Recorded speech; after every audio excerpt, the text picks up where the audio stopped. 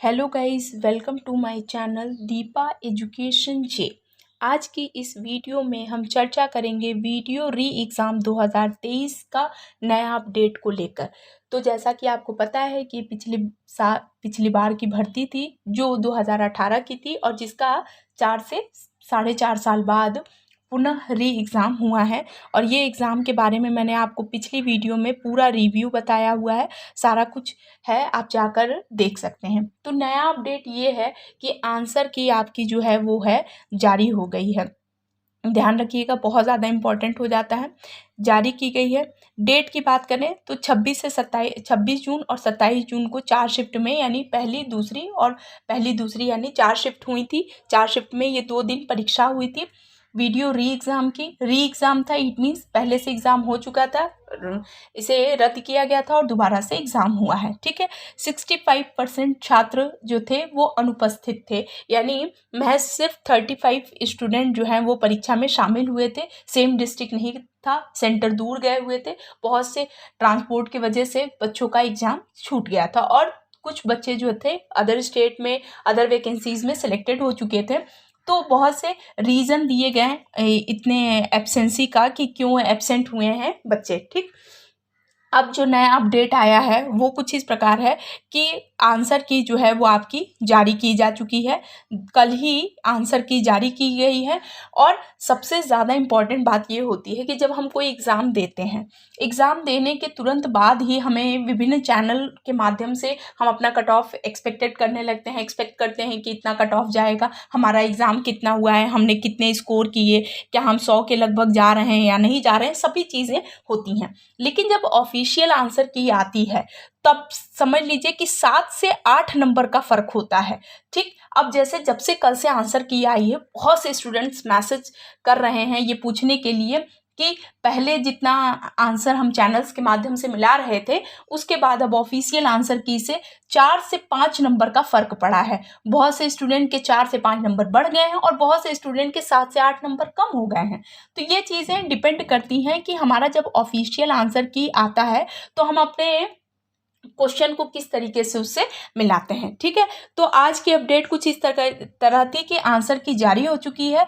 Video को last तक देखिए, सेशन पसंद आए तो चैनल को सब्सक्राइब कीजिए, शेयर कीजिए और लास्ट तक वीडियो को देखिए, क्योंकि लास्ट में मैं एक्सपेक्टेड कट ऑफ बताऊंगी इस आंसर की के माध्यम से, जो ऑफिशियल आंसर की ही निकाली गई है उसके माध्यम से। तो वीडियो को लास्ट तक देखिए। ठीक, अब देखिए सबसे इम्पॉर्टेंट चीज़ जो है वो ये है कि आप जो आंसर की कल जारी की गई है उसमें आप ऑब्जेक्शन कर सकते हैं। यानी इस बार भी हर पेपर की तरह, हर एग्ज़ाम की तरह जब आंसर की जारी होती है तो बहुत से क्वेश्चंस ऐसे होते हैं जिनको बच्चे लेकर ऑब्जेक्शन करते हैं कि नहीं, हमारा आंसर ये था और आयोग ने ये आंसर माना है।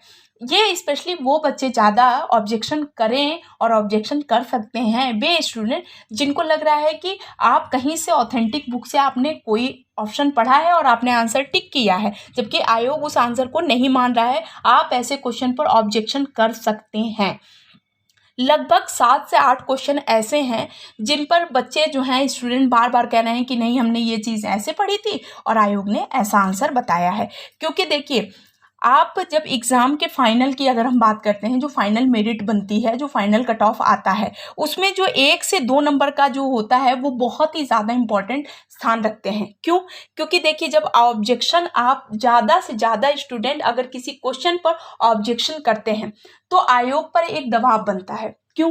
क्योंकि देखिए, ज़रूरी नहीं हो सकता है कि आयोग के द्वारा दिए गए हर ऑप्शन जो है वो सही हों।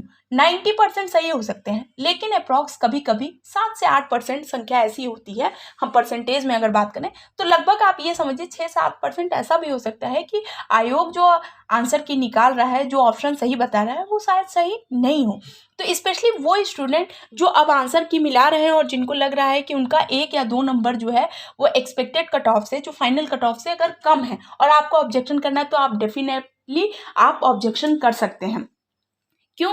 क्योंकि देखिए, जब 1 या 2 नंबर की बात यहाँ पर होती है तो आपका 1 या 2 नंबर भी अगर बढ़ता है तो आपके फाइनल के लिए ये बहुत ज़्यादा इम्पोर्टेंट हो जाता है।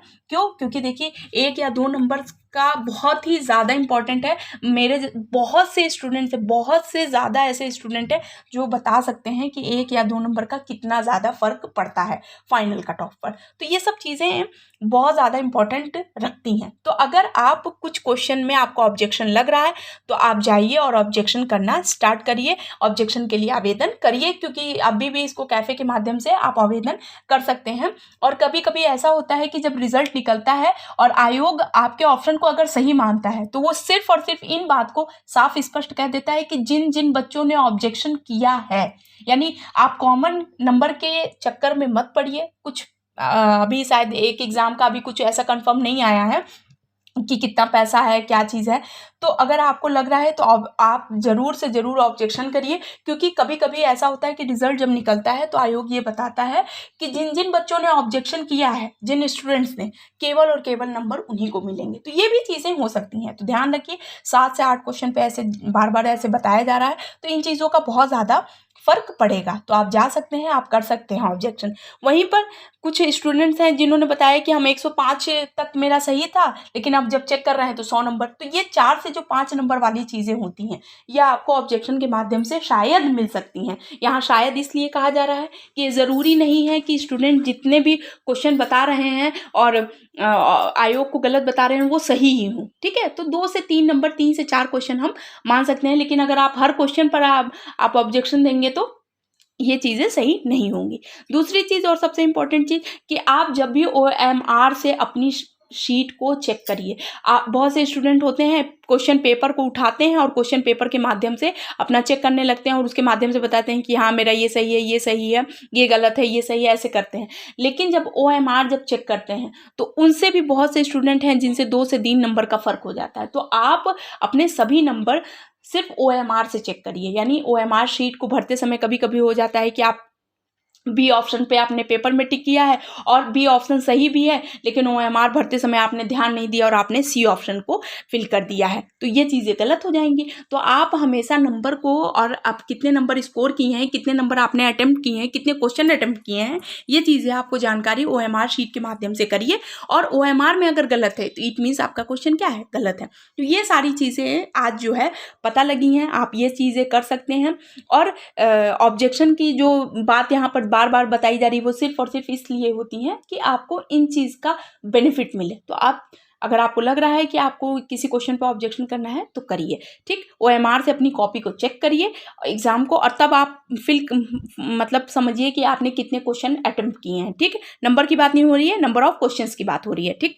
अब इन पॉइंट्स पर अगर हम चर्चा करें तो इन पॉइंट्स पर, इन बेसिस पर हम जो एक्सपेक्टेड कट ऑफ लगा सकते हैं, और सारा कुछ बताऊंगी, कितने बच्चे सेव हैं, कितने नंबर पर सेव हैं, वो सारी चीज़ें। तो वीडियो को अगर आपको पसंद आए तो प्लीज़ चैनल को लाइक कीजिए, सब्सक्राइब कीजिए, शेयर कीजिए, ठीक। तो अब देखिए, हम आपको पहले एक चीज़ बता देते हैं कि बहुत से स्टूडेंट हैं जो जर्नल में क्या कर रहे हैं, 100 स्कोर कर रहे हैं। अगर आप 100 से कम हैं, देख लीजिए, पहले बहुत ध्यान से समझ लीजिए कि अगर आप जनरल और OBC में हैं, है ना, और अगर आप 100 से अगर नीचे हैं तो इट मीन्स ये नहीं हो सकता है कि आपकी तैयारी बहुत कमज़ोर है, आप बहुत वीक हैं, ऐसा कुछ भी नहीं। आप अपनी तैयारी को लगे रहिए। इट मीन्स अगर आप 100 नंबर से 98 पे हैं, 97 पे हैं, तो इट मीन्स कि आपकी तैयारी है, लेकिन कहीं छोटी छोटी गलतियां हैं जिन पर आपने ध्यान नहीं दिया। और अब आप उन छोटी छोटी गलतियों पर क्या करिए, ध्यान दीजिए। अगर आप 100 नंबर से कम हैं और अगर आप जनरल और OBC में हैं तो प्लीज़ 100 क्वेश्चन से अगर आपने कम किया है तो इट मीन्स कि आपने छोटी छोटी माइनर मिस्टेक की है, जिसको अब आपको नेक्स्ट एग्जाम में क्या करना है, ठीक करना है। और बिल्कुल ठीक करना है, क्योंकि आपका सिलेक्शन होना तय है। आपका सिलेक्शन होगा, डेफिनेटली होगा, 100% होगा। लेकिन तब जब आप इन छोटी छोटी जो गलतियां माइनर हो गई हैं, क्योंकि जब हम एग्ज़ाम पेपर दे के आते हैं और जब हम एग्ज़ाम को, अपने पेपर को जब हम मिलाते हैं, तो कभी कभी कुछ क्वेश्चंस ऐसे होते हैं जैसे लगता है कि यार ये तो आ रहा था और हमने कैसे ये गलती हो गई। तो वो जो माइनर गलती होती है ना, वो जो कहते हैं बिल्कुल सिली मिस्टेक जो होती है, उससे क्या होता है कि आप पीछे नहीं हो गए, आप बहुत ज़्यादा, लेकिन हाँ, सफलता और असफलता में एक से 2 नंबर का भी फ़र्क हो जाता है। तो ध्यान रखिएगा, अगर आपके 100 क्वेश्चन से अगर आपने कम किए हैं, आप ओएमआर शीट से मिला रहे हैं, आप ऑफिशियल आंसर की से मिला रहे हैं और आपके नंबर जो है वो 100 से अगर कम है, इट मीन्स आपकी तैयारी अब अच्छी है, लेकिन आप अब तैयारी को और अच्छा करेंगे। आप अपनी तैयारी को और अच्छा करेंगे क्योंकि आप सेलेक्ट होंगे, डेफिनेटली आप सेलेक्ट होंगे। वहीं एससी कैंडिडेट की बात करें तो 100 क्वेश्चंस पर, एसटी 98 क्वेश्चन पर, और वहीं फीमेल की बात करें तो देखिए 97 प्लस ही आप समझिए कि फीमेल सेव होंगी, यानी 98 क्वेश्चन अगर आपने फीमेल हैं और 98 प्लस क्वेश्चंस आपके सही होते हैं, अगर आप सही कर रखी हैं ऑफिशियल आंसर की से, तो ये एक्सपेक्टेड कट ऑफ जा सकती है जनरल, ओबीसी, एससी, एसटी और फीमेल की। और वहीं दिव्यांग की जो होगी वो आप यही समझिए कि दिव्यांग स्टूडेंट्स की भी जो पिछली बार की अगर 2018 की बात करें तो दिव्यांग स्टूडेंट की भी कट ऑफ जो है बहुत कम नहीं गई थी। तो हाँ, जनरल से कम गई थी, ओबीसी से कम गई थी, लेकिन बहुत ज़्यादा नंबरों का फ़र्क नहीं था। तो इस बात को ध्यान रखिएगा, ये सारी चीज़ें बहुत ज़्यादा ज़रूरी हैं।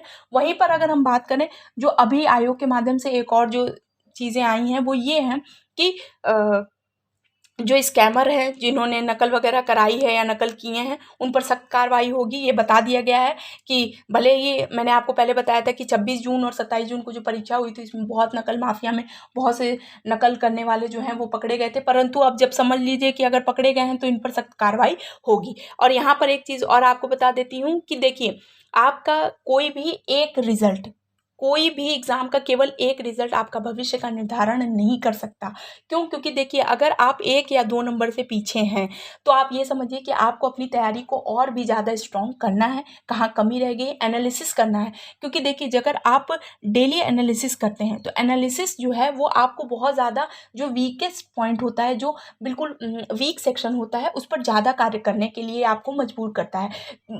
मजबूर इन द सेंस ये कि आप प्रेरित होते हैं जब आप 1 नंबर या 2 नंबर से सेलेक्ट नहीं होते हैं। तो यहाँ पर सिलेक्शन और नॉन सिलेक्शन की बात नहीं हो रही, यहाँ पर बात हो रही है कि अगर आप 100 में से आप 100 अगर जनरल और ओबीसी कैंडिडेट में, और अगर आपके 100 क्वेश्चन आपने सही नहीं किए हैं तो आप 1-2 नंबर से पीछे हैं, और उस 1-2 नंबर की भरपाई आप नेक्स्ट एग्जाम के लिए करिए।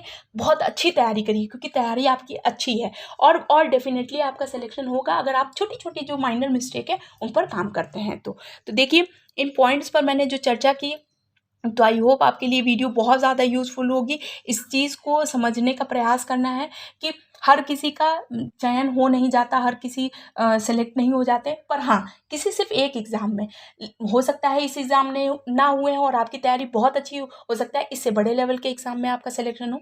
तो ये सब चीज़ें जो है लाइफ में बहुत ज़्यादा इंपॉर्टेंट रखती हैं। हालाँकि बहुत से स्टूडेंट डेडिकेशन के साथ पढ़ते हैं कि नहीं, उनको सिर्फ वीडियो ही बनना था, वीडियो के लिए पढ़ रहे थे, तो वो ज़ाहिर-सी बात है कि वो 100 से ज़्यादा स्कोर किए होंगे, 100 क्वेश्चन से ज़्यादा स्कोर उनका हुआ होगा, क्योंकि आपको पता है कि पीसीएस लेवल के भी स्टूडेंट्स इस परीक्षा में बैठे हुए थे, क्योंकि एक बढ़िया मॉडरेट पेपर आया था, टफ टू मॉडरेट कहेंगे, टफ भी था, मॉडरेट भी था। तो ध्यान रखिएगा, ये सारी चीज़ें आपके फाइनल कट ऑफ पर दिखाती हैं कि क्या चीज़ें कितनी जा सकती हैं। तो ये सिर्फ और सिर्फ एक्सपेक्टेड कट ऑफ था, फाइनल कट ऑफ भी कुछ समय बाद आपके को बता दिया जाएगा आयोग के माध्यम से। तो ये एक्सपेक्टेड कट ऑफ का वीडियो था। अगर आपको सेशन पसंद आए, मेरी मेहनत पसंद आए, तो प्लीज़ चैनल को लाइक कीजिए, सब्सक्राइब कीजिए, शेयर कीजिए। Thank you so much.